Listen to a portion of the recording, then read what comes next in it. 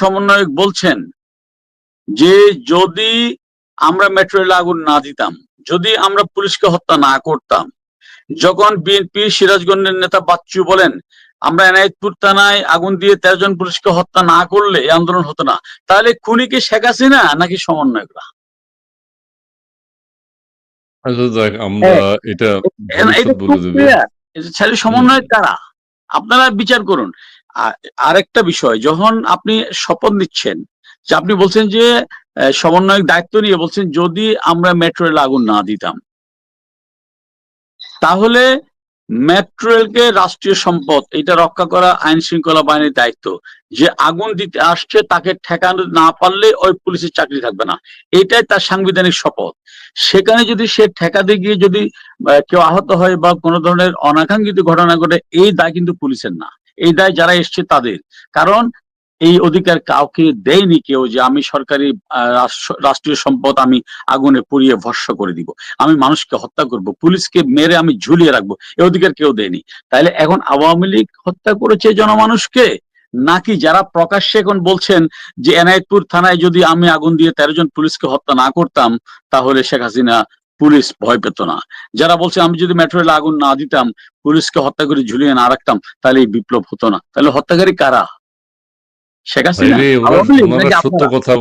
ওনারা একটা সত্য কথা বলছে, এখন আপনারা এত কথা বললে তো সত্য কথা আর কেউ বলবে না। সত্য কথা বলে দিয়েছে আমাদের, তারা সত্য কথা বলছে না। শিশির রায় তিনি স্যালিউট জানিয়ে বলছি, সত্য কথার মধ্যে দিয়ে তো ফাতেমা খাতুন আপা জবাব পেয়ে গেছেন। নিষিদ্ধ কাকে করা উচিত, শেখ হাসিনাকে, আওয়ামী লীগকে, নাকি যারা হত্যা করেছে তাদেরকে? ওকে, তারা বঙ্গবন্ধু কন্যাকে বা আওয়ামী লীগ সরকারকে ফেসিবাদী বলেছিল। তো ফেসিবাদ তো একটা ব্যক্তি হতে পারে। আপনি যখন ফেসিবাদের বিরুদ্ধে লড়াই করার কথা বলে আপনি আবার দায়িত্ব নিয়ে বলবেন যে এদের হয় আওয়ামী লীগ থাকবে, না হয় আমি থাকবো, তখন তো আপনি আর ফেসিবাদে থাকেন না, তখন আপনি ফেসিবাদের দাদা হয়ে যান। তো সেই জায়গায় কি আমাদের কোনো উপলব্ধি করতে পারি, আপনাকে টের পাই কিছু? এখন আপনি ইয়াং জেনারেশন, আপনাদেরকে আমি স্যালিউট জানাই, আপনারা আমার সন্তানের বয়সী, নো ডাউট। অবশ্যই সন্তানের কাছ থেকে বাবার অনেক কিছু শেখার আছে, কিন্তু আমরা কি শিখবো? জানাব ইসমাইল, আপনার মনে থাকার কথা, আমরা যখন ইউনিভার্সিটিতে পড়তাম, কলেজে পড়তাম, অথবা শিক্ষা প্রতিষ্ঠানে পড়তাম, আমাদের শিক্ষকরা নানা মত এবং পদ ধারণ করতেন। আমরা কখনো তাদের সাথে বিরোধ করিনি, আমরা কখনো তাদেরকে বলিনি যে আপনি কেন আমার মতের পক্ষে না, সেজন্য আপনি রিজাইন করেন, না হয় আপনাকে জোতা পিটা করা হবে। তো এই প্রজন্ম তো আমাদেরকে সেটা শেখাচ্ছে। জনাব ইসমাইল, আপনি অনেকদিন পরে আপনার সাথে আমি সম্পৃক্ত হলাম, আমার মনে একটা অভূতপূর্ব প্রশ্ন ছিল যে আমরা কোথায় যাচ্ছি।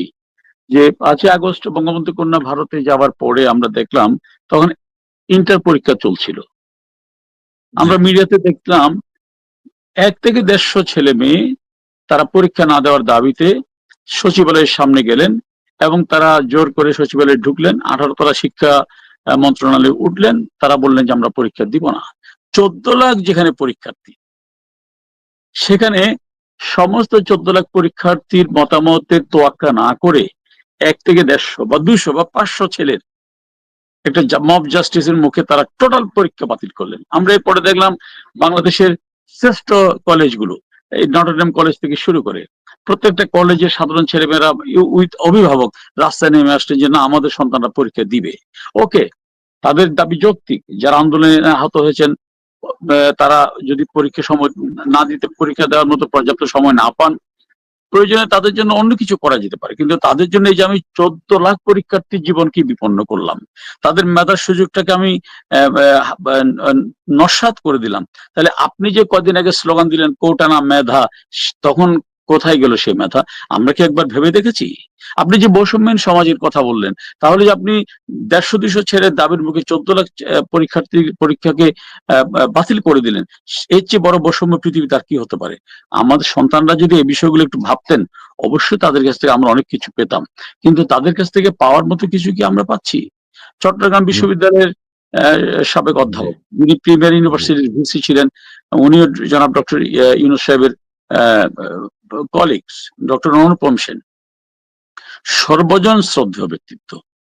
হতে পারে উনি আওয়ামী লীগ মনোভাবাপন্ন, কিন্তু উনি সত্য কথা বলার ক্ষেত্রে কোনোদিন এক পা পিছপা হননি। উনি তার একটা ইন্টারভিউতে বলেছিলেন যে তার ছাত্র ছিলেন জামাত ইসলামের নায়েবে আমির জনাব শামসুল ইসলাম। তিনি তখন পাকিস্তানে একটা করাচিতে একটা ইন্টারন্যাশনাল সেমিনারের ইনভাইটেশন পেয়েছিলেন। তার পরীক্ষা ছিল ইন্টারভিউ, এবং অনুপম স্যারকে বলেছিলেন যে স্যার আমি তো এটা একটা সুযোগ পেয়েছি, পরীক্ষাটা একটু পেছানো যায় কিনা। উনি কিন্তু তখন শিক্ষকের জায়গায় দাঁড়িয়ে, উনি কিন্তু তখন আর কোন রাজনীতি করে সেটা চিন্তা করেন, উনি চিন্তা করেছেন আমার একজন ছাত্র ইন্টারন্যাশনাল একটা কনফারেন্সে সুযোগ পেয়েছে, পরীক্ষাটা আমি 2 দিন পরে নেই। উনি ঢাকা ইউনিভার্সিটির এক্সটার্নালকে অনুরোধ করে পরীক্ষা পিছিয়ে দিয়েছিলেন। সেই শিক্ষককেও আমরা বন্ধুর ঠেকিয়ে বললাম যে তোকে পদত্যাগ করতে হবে, নারে মালানোর বাচ্চা তোর ইন্ডিয়া পাঠিয়ে দেবো। আমরা কি শিখছি, আমরা কোথায় যাচ্ছি? তো এখন তো জনাব আচ্ছা শরীফ সাহেবদের কাছে এগুলাই মুখ্য বিষয়। জনাব আচ্ছা শরীফ সাহেব এগুলো ঠিকই মুখ্য বলেছেন, বিষয়। আমি একটু বলি, জনাব শরীফ সাহেব ঠিকই বলেছেন যে বাংলাদেশের মানুষ খেতে পারছে কিনা এটা তাদের কাছে হেডেক নয়। বাংলাদেশের মানুষের মূল্যস্ফীতি কোথায় গিয়ে দাঁড়ালো এটা হেডেক নয়। 43 লক্ষ কার্ড আপনার বাতিল করে দিয়ে এই গরিব মানুষগুলো দুবেলা খেতে পারবে কিনা এদের কাছে এটা তাদের কাছে মুখ্য নয়। তাদের কাছে মুখ্য বিষয় হচ্ছে কি, যিনি বাংলাদেশটাকে উন্নতির সোপান তলে নিয়ে এসেছিলেন, সোপানে দাঁড় করিয়ে দিয়েছিলেন বঙ্গবন্ধু কন্যা, তাকে বিচার করতে হবে। অবশ্যই জনগণের বিচার কিন্তু জনাব ইসমাইল, আমি বলছি, রাজনীতিবিদদের বিচার কিন্তু আইনের আদালতে হয় না, রাজনীতিবিদদের বিচার হয় জনগণের আদালতে। আইনের আদালতে রাজনীতিবিদদের বিচার হলে বঙ্গবন্ধুর ফাঁসি হয়ে যেত 69 সালে আগরতলা ষড়যন্ত্র মামলার সময়। কিন্তু জনতার আদালতে বঙ্গবন্ধু নায়ক ছিলেন বলেই তিনি ফাঁসির রজ্জু ছুঁড়ে ফেলে মানুষ তাকে নিয়ে নায়কের আসনে বসিয়েছিল।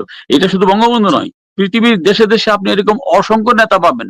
আপনার চেগোয়ারার কোনো দেশ নেই, কিন্তু এখনো সারা বিশ্বের মুক্তি আমি মানুষের কাছে চেগোয়ারা একটা জীবন্ত অনুপ্রেরণা, জীবন্ত কিংবদন্তি।